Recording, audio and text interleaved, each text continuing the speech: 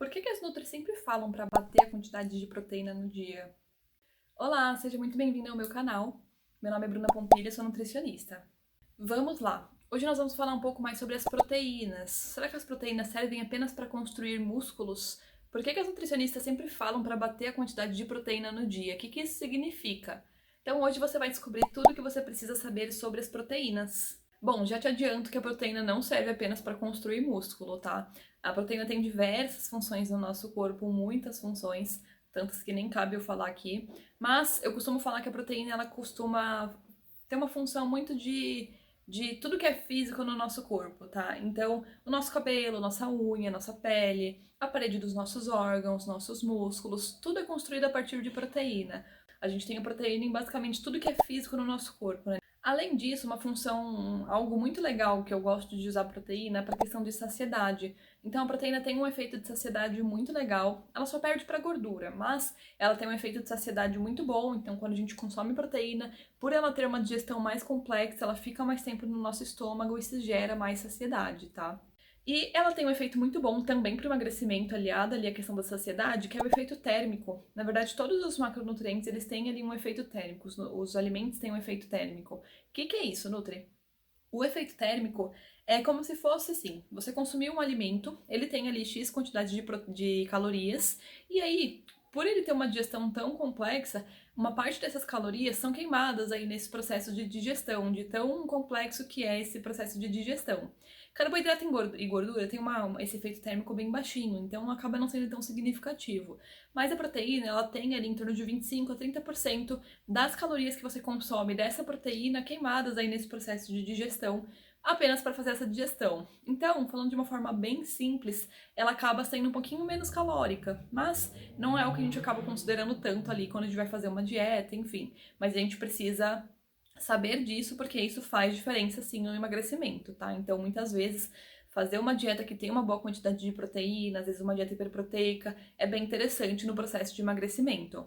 Vamos lá, Nutri, quais que são as principais fontes de proteína no nosso dia? A gente tem ali as proteínas animais e as proteínas vegetais, né? Então, eu vou falando um pouquinho sobre as proteínas animais. Nós temos os ovos, então, tanto ovo de galinha, ovo de codorna. Nós temos ali também leites e derivados, né? Então, o próprio leite é uma fonte de proteína, leite de vaca. Nós temos todos os queijos e iogurte, são as principais fontes de proteína relacionadas ali ao leite. E, claro, o whey protein também, ele vem do leite. E nós temos também as carnes propriamente ditas, né? Nós temos a carne vermelha, que é a carne bovina, nós temos a carne suína, peixe, frango dos animais, tá? Então, essas são as proteínas animais. Elas têm uma melhor biodisponibilidade, então a gente consegue absorver melhor essas proteínas, tá? Mas não quer dizer que elas são extremamente superiores às proteínas vegetais. As proteínas vegetais nós temos uma ótima qualidade também. É uma proteína que não é tão biodisponível, mas a gente consegue sim consumir boas fontes de proteína através apenas das proteínas vegetais. Então nós temos aí as leguminosas, principalmente, como nossas principais fontes de proteínas vegetais. Então a soja, grão de bico, feijão, ervilha, lentilha, tudo que a gente faz ali com a soja, né? Tudo que a gente faz com grão de bico, a gente tem o tofu, a gente tem o hummus, então tudo que a gente consegue fazer com esses alimentos, a gente tem muitos alimentos industrializados que são vegetarianos, veganos também, a gente precisa sempre fazer a leitura de rótulo para ver se esses alimentos são realmente bons ou não, porque nós temos muitos alimentos ruins no mercado, mas hoje em dia nós temos uma produção muito grande dos alimentos, uma preocupação muito grande da indústria em fazer esses alimentos vegetais que são cada vez melhores, tá? Então nós temos marcas muito boas também. Então precisa sempre pesquisar nessa questão.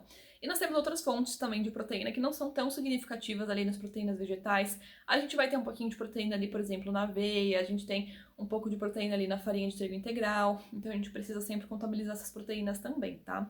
Antes de eu te falar quanto de proteína que você deve priorizar aí no seu dia a dia para você comer, curte esse vídeo, comenta aí sua dúvida, compartilha, se inscreve no canal porque eu vou trazer sempre mais conteúdos aqui para vocês, tá? Vamos lá, Nutri, quanto de proteína então que eu devo comer? A gente tem ali a recomendação da OMS, assim como dos carboidratos, e se você não viu o vídeo dos carboidratos, volta aqui no meu canal e vê esse vídeo que tá bem interessante também, que eu dei várias dicas sobre como você pode consumir o carboidrato da melhor forma, a quantidade, se ele engorda, se ele não engorda. Então volta lá e vê esse vídeo. Na proteína a gente tem também essa diretriz aí da OMS do quanto a gente deveria consumir ali por dia, e aí fica ali em torno de 15%, mas pra mim essa é uma quantidade bem baixinha, tá? Lembrando que essas recomendações são recomendações gerais. Quando a gente fala de forma individualizada, a gente pode trabalhar com outros valores, tá? Isso vai do entendimento, da base científica, do estudo que a nutricionista tem, tá? Então, eu me sinto bem confortável de trabalhar com mais proteína.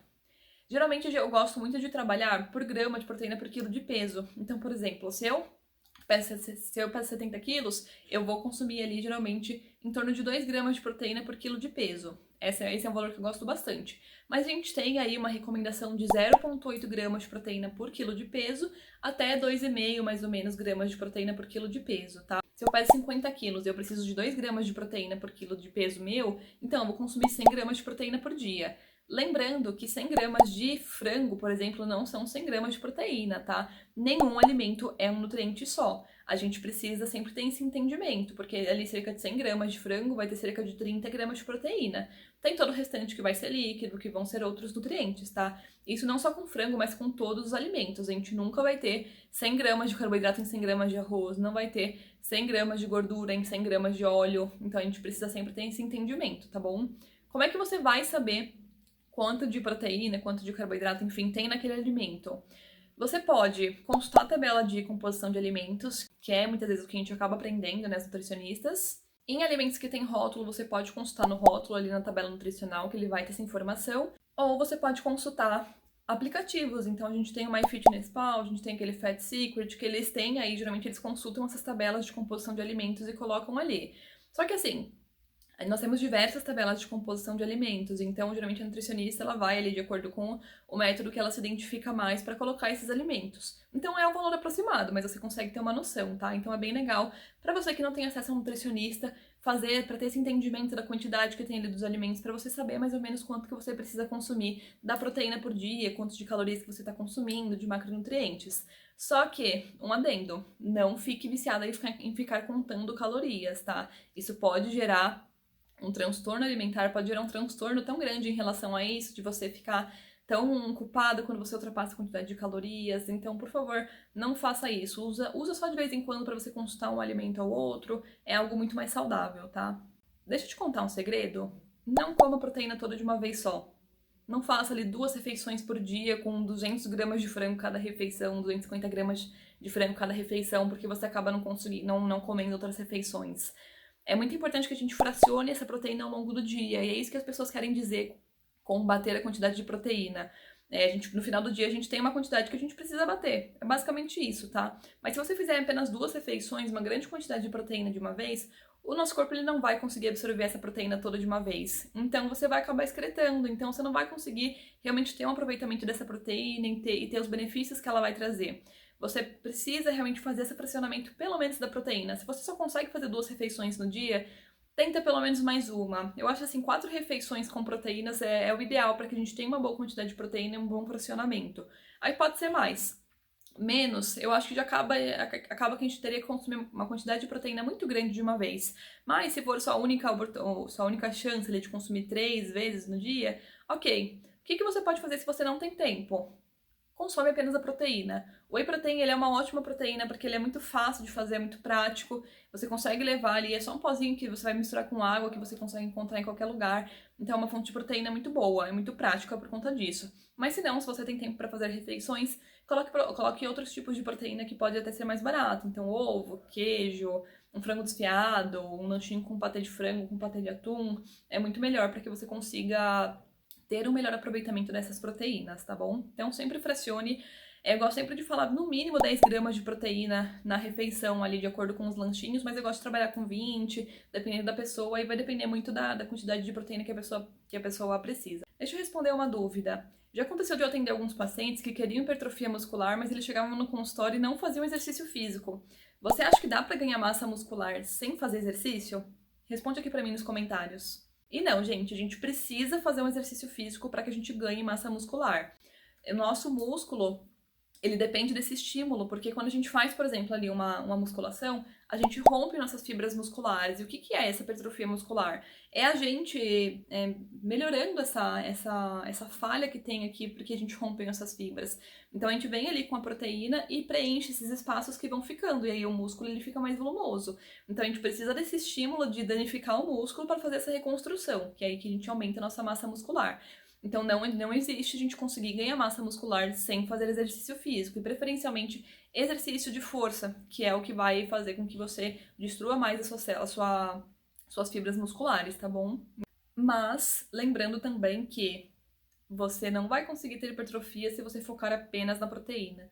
O segredo da hipertrofia muscular não é a proteína, tá? Claro que a proteína é de extrema importância, mas muita gente acaba negligenciando muito o carboidrato. Então a gente precisa de uma boa quantidade de carboidrato para formar essa massa muscular primeiro. Porque quando a gente rompe nossas fibras musculares, a gente precisa de bastante energia para que a gente consiga construir junto com a proteína, então o carboidrato vai te dar essa energia necessária. Segundo que, se você não consumir carboidrato adequadamente, o seu treino não vai render, então você não vai conseguir destruir bem essas fibras musculares, ou seja, você não vai conseguir ter essa hipertrofia. E também porque, como eu disse, a proteína ela tem um limite ali. Não adianta você passar de 2,5 gramas de proteína por quilo de peso, porque a gente não tem uma maior hipertrofia por conta da proteína, tá? O que vai fazer com que você ganhe mais peso, que você faça mais construção muscular, é o carboidrato.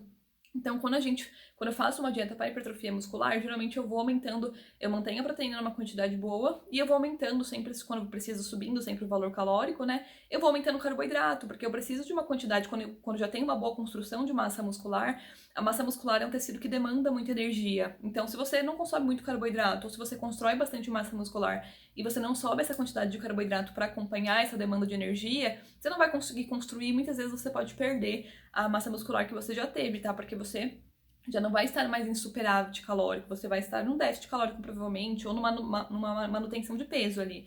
Então você não vai conseguir construir massa muscular, então o carboidrato é de extrema importância. E a gordura nessa história toda? A gordura tem uma ótima função também, mas isso é história para outro vídeo.